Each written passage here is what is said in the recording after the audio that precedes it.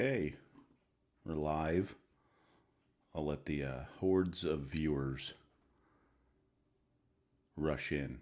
I really need to figure out how to do like a preamble video, a video that counts down. I'm just going to post this in the Discord so everyone knows that I'm live. At everyone. Okay, video's working.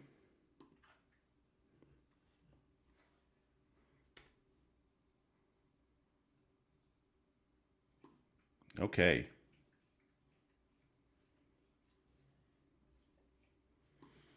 I think we have everything pulled up here.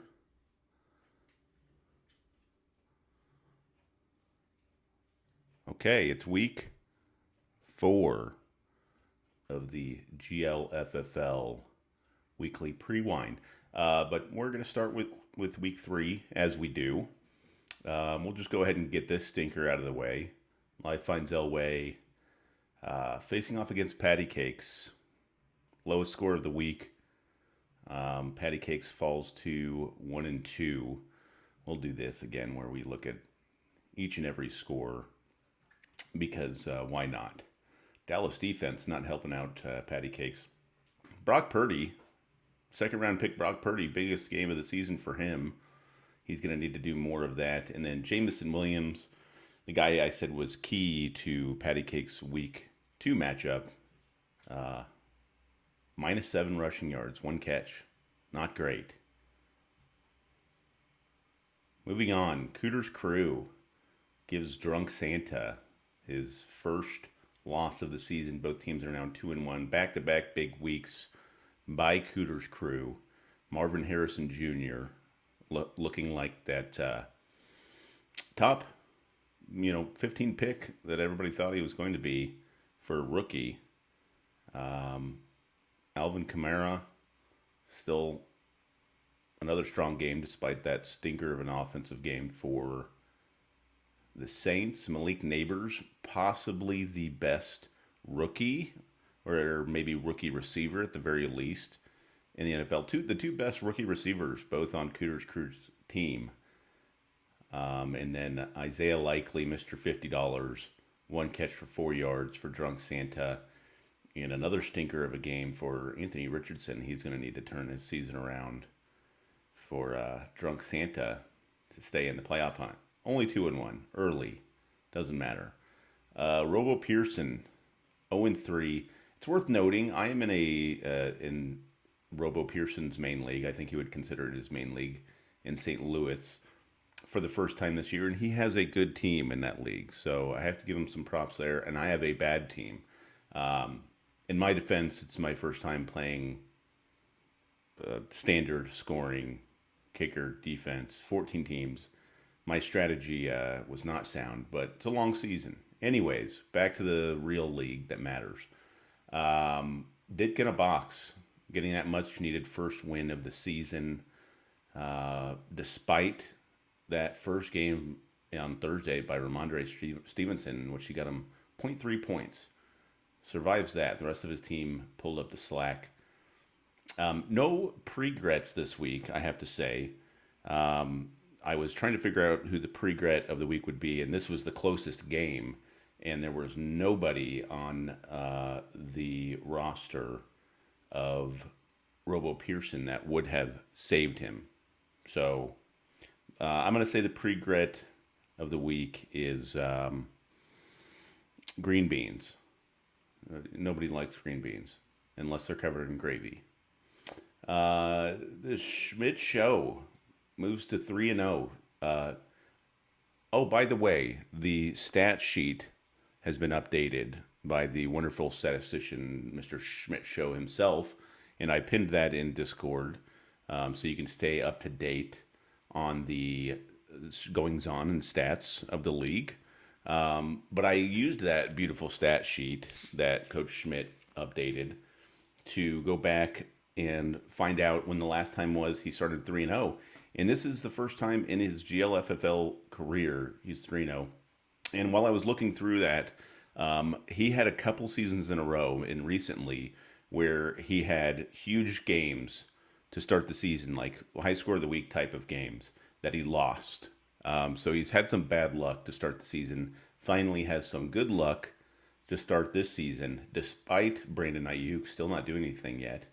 But he has one of the best value picks of thus far, Saquon Barkley. I know he's a first rounder, but he's, I believe, the RB1, and he was the back of the first round, and then also Chris Godwin. So some good scouting by Coach Schmidt there. He's 3-0. New and improved Jungle Humpers, first loss of the season. They have some improving to do with that running back core. Devon A-Chain is good, but man, when DeAndre Swift is your RB2,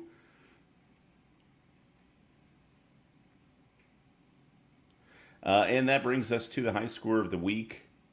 The Timken Terrors, first win of the season. Will this be another case of 2023, or is this a new Timken? Are they going to now go on a winning streak and not finish under 500 despite having one of the highest scoring teams in the league? Which also brings me to, well, I'll also note Doobie Ashtray 0-3 for the first time in his GLFFL career.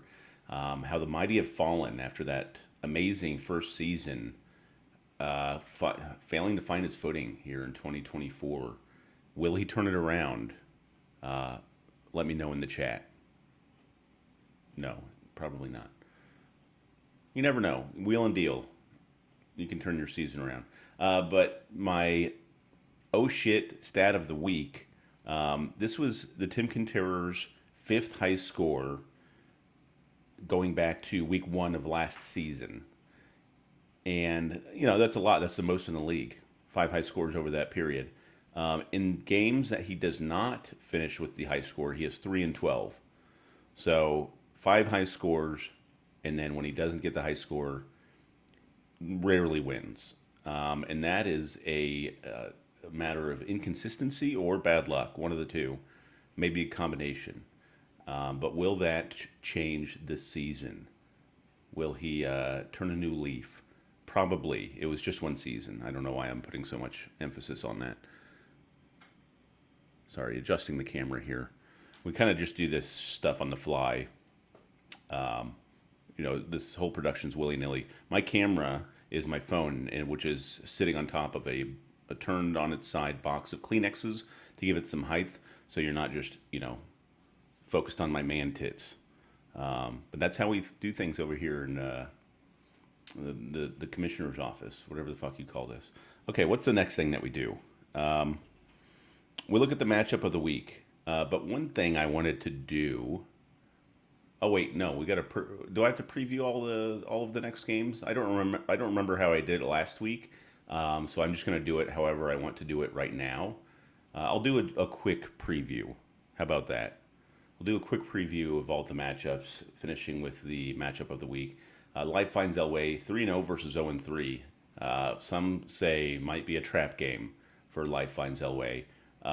Honestly, one of my worst career records by opponent is probably versus Robo Pearson. I just tend to lay eggs against Robo Pearson. Yes, I'm trying to jinx it, so that doesn't happen, but we'll see. Cooter's Crew, heavy favorite against Patty Cakes. Patty Cakes gonna need some of those guys to step up. He's gonna need some of those boom guys to score some points because Cooter's Crew is on a tear right now. Timken Terrors, Ditka in a box. This is a big matchup here. 2 1-2 teams, probably two of the more solid rosters in the league. Some bad luck by Ditka this season, some bad luck by Timken. This is a big one. Loser goes 1-3, winners 2-2, which is a much better position to be in down the stretch.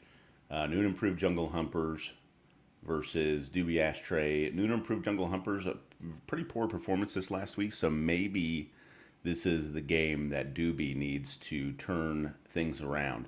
0-3 is not a death knell. Not even 0-4. With fantasy football, It's not like real sports where your team has momentum, partially luck. So you could still make the playoffs and make a run. And that brings us to the matchup of the week. But before I do that, one thing I realized I didn't do in the past was I have my little predictions. That they don't really mean anything, but I do a little prediction each week, and I say what it's going to take for each of these teams to win. I'm going to look back at what I said last week and see if I was right or wrong. Probably wrong. But last week I said Schmidt Show wins if Ayuk and St. Brown finish as top 12 wide receivers. Neither of them did. I think St. Brown was right outside the top 12. He had a good week. So kind of right there. But then I also said Jungle Humpers win if Justin Jefferson plays and Achane gets 20 plus touches. Jefferson did play and had a good game, but Achane only had 14 touches, so I was kind of right.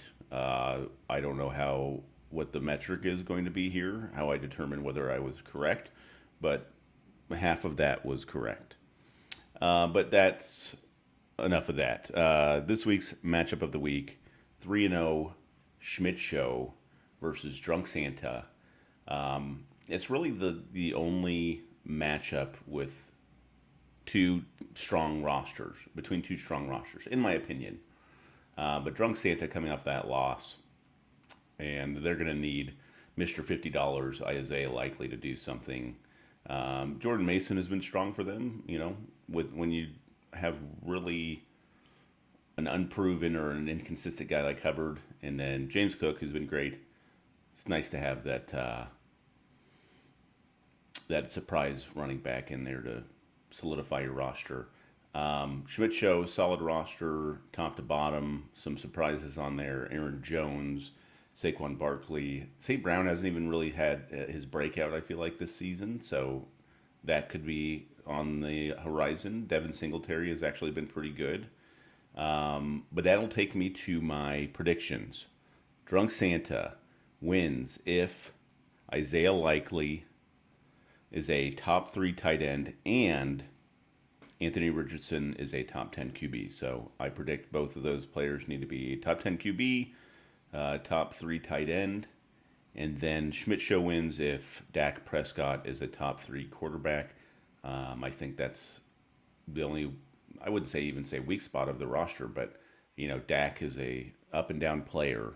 So I just think Schmidt Show is the better team. So there wasn't really a lot of options for me. Any off the cuff